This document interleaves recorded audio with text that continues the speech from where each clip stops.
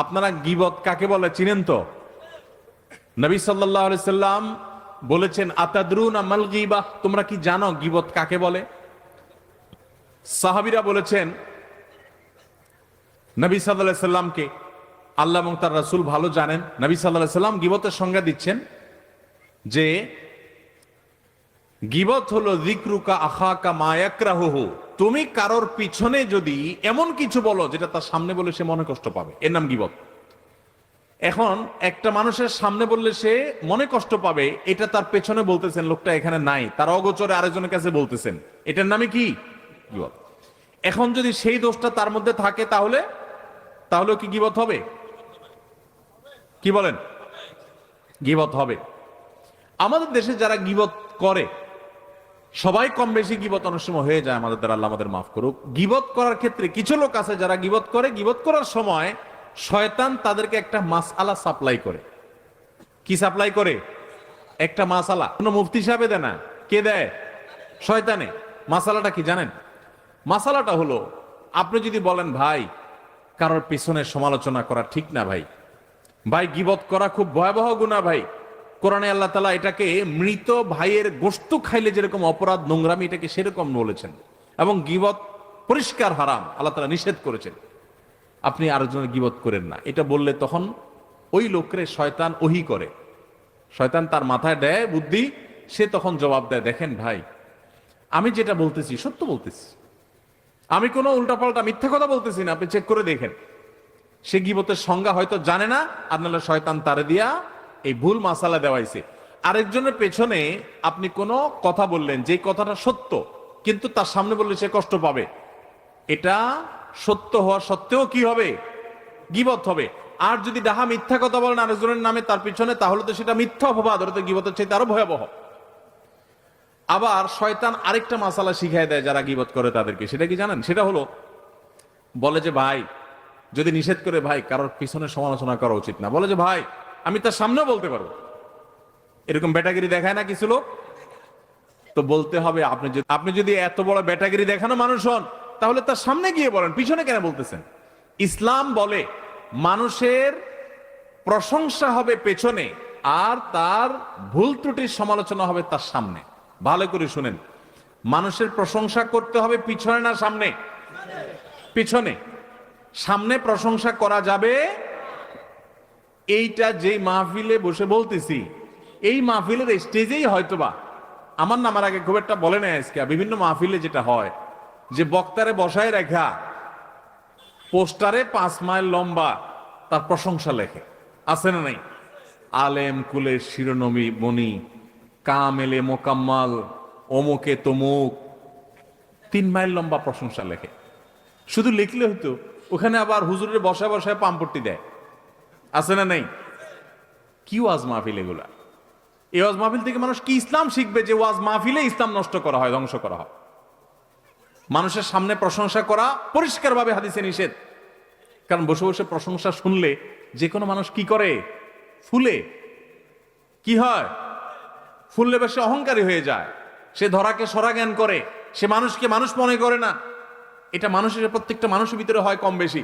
আপনি যদি বলেন না আমারে বাতাসে ধরে না, আপনি এটা ভাব নিছেন। বাতাসে ধরে না এমন কোন মানুষ নাই। আপনি বলবেন রেলের চাক্কা আমি হাওয়া দিয়া লাভ নাই, এটা মুখের কথা। প্রত্যেকটা মানুষ সামনে প্রশংসা শুনলে তার ভিতরে কি আসে? অহংকার।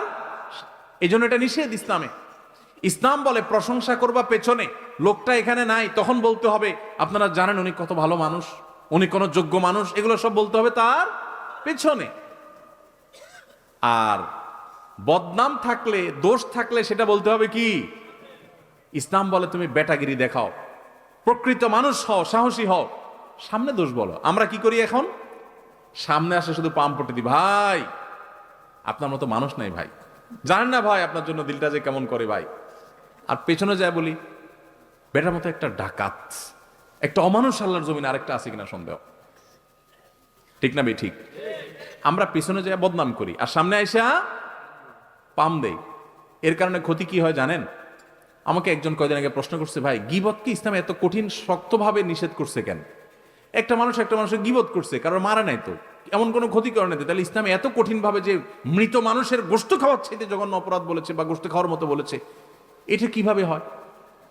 তো আমি বললাম, দেখেন, একটা সমাজ স্থিতিশীল থাকুক, সুন্দর থাকুক, সুখী থাকুক, ইসলাম সেটা চায়। যখন মানুষের সামনে প্রশংসা করবেন তখন লোকটা অহংকারী হবে। অহংকারী লোক দ্বারা কি মানুষ শান্তিতে থাকে না অশান্তিতে থাকে?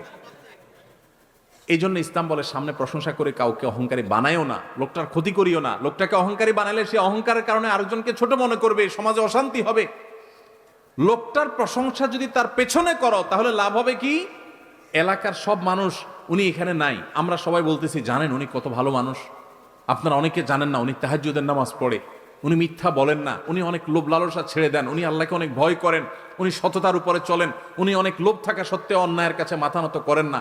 এই কথাগুলো যখন আমরা ওনার অগোচরে বলবো, উনি এখানে নাই, তখন আপনারা সবাই চিন্তা করবেন তাহলে আমার এলাকার অমুক লোকটা সে এত ভালো, তাহলে তার প্রতি আপনার সুধারণা তৈরি হবে, তার প্রতি আপনার ভালোবাসা তৈরি হবে, সামাজিক সম্প্রীতি তৈরি হবে কি হবে না? এই জন্য ইসলাম বলে প্রশংসা করবা পেছনে, আর সামনে সমালোচনা করবা। সামনে সমালোচনা করতে আবার ইসলাম বলে এমন ভাবে সমালোচনা করবা না যে সে তোমার নাকশা উল্টে দেয়। এখন আজকে আমার থেকে মাসালা শুনে গিয়া কালকে যায় শুরু করেন, সামনে গিয়া ভাই আপনার চরিত্রটা ভালো না ভাই, এরপর যে একটা বক্সিং খেয়ে আসে আমার কোয়েন হুজুর আপনার মাসালা শুনে মায়ের খেয়ে আসে। আপনারা এইভাবে উল্টা পাল্টা সমালোচনা করতে বলে না ইসলাম। সুন্দর করে বিনয়ের সাথে সামনে পারলে বুঝবেন ভাই আপনি যে মনে কিছু না করেন ভাই, একটা কথা বলতে পারি, কারোর সামনে না, সেটাও মানে ওনার সামনে শুধু, আর কেউ না, লোকের সামনে লজ্জা দেওয়া যাবে না। কি হয়েছে ভাই? ভাই আপনি মনে কিছু করেন না, আপনার এই কথাটা ভাল লাগে না, আপনি বিভিন্ন সময় বলেন, আমার কথা ভুল হলে মাফ করে দিয়েন ভাই, আপনি একা একা চিন্তা করে দেখেন। এভাবে যদি আপনি একটা মানুষকে বলেন, সে কি রাগ করার কথা? হয়তো মুখটা একটু কালো হয়ে যাবে, কিন্তু সে আপনার উপরে চড়াও অন্তত মায়ের অন্তত খাবেন না। এরপরে অগোচরে যায় সে চিন্তা করবে ঠিকই, উপর দিয়ে মুখ যতই কালো হোক চিন্তা করবে লোকটা বলছে আসলেই আমার সমস্যা আছে কিনা।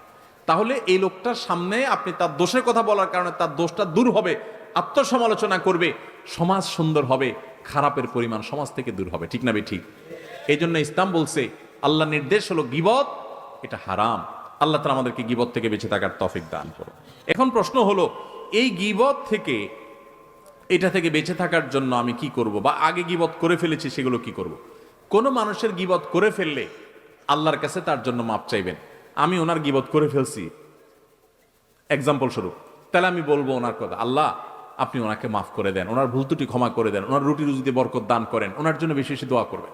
এটা গীবতের কাফফারা ইনশাআল্লাহ। আরেকটা হলো, গীবত হয়ে গেছে, তওবা তো করবেনই, লজ্জিত আল্লাহর কাছে মাপ চাইবেন। গীবত হয়ে গেছে, এই লোকটার যাদের সামনে বদনামি করছেন তাদের সামনে আবার যাইয়া পারলে তার সুনাম যেটা তার মধ্যে আছে, মিছামিছি না, সেটা আবার বলবেন যে ভাই লোকটার কিন্তু একটা ভালো গুণ আছে, ওই দিন তো আমি একটা খারাপ কথা বলছি, তার কিন্তু ভালো কিছু জিনিস আছে, লোকটা কিন্তু এই দিকটা ভালো, সে কিন্তু ভাই কখনো কারোর সাথে রাগারাগি করে না, গালাগালি করে না, সে কিন্তু ভাই নামাজ ছাড়ে না, সে ভাই কারোর হক কিন্তু মারে না। তাহলে এটা কিছুটা হলেও তার ক্ষতিপূরণ হবে। আর যদি সুযোগ থাকে তার কাছে মাপ চাওয়ার একান্তে, ভাই মনে কিছু করেন না, আপনার পেছনে আপনার একটু বদনাম করে ফেলছি, কি করছি আর জিজ্ঞাসা করা করেন না, আমার অন্যায় হয়ে গেছে ভাই, আমার মাফ করে দেন। যদি মাপ চাওয়ার সুযোগ থাকে চাইয়েন। আবার এটাও যাত্রার কাছে চাইয়েন না, যাত্রার কাছে চাইতে যাবেন কলারটা ধরে আগে টান দিয়ে বলবে কি বলছো আগে সেটা কো, বদনামি করে মাপ চাইতে এসেছ, চান তো আমার কি বদনামি করছো সেটা কো। এবার তখন চিন্তা করবেন ছেড়ে দে আমার কেন্দ্রে বাসি, মাপ চাওয়ার দরকার নেই, আমার ছেড়ে দে। তো এই জন্য এটা বুঝতে হয় যে কোন ব্যক্তি এটা বললে মাইন্ড করবে না, রাগ করবে না, তাকে বলবেন। আর যদি বললে উল্টা রাগ করবে না হয়, তাহলে তার বলার দরকার নেই।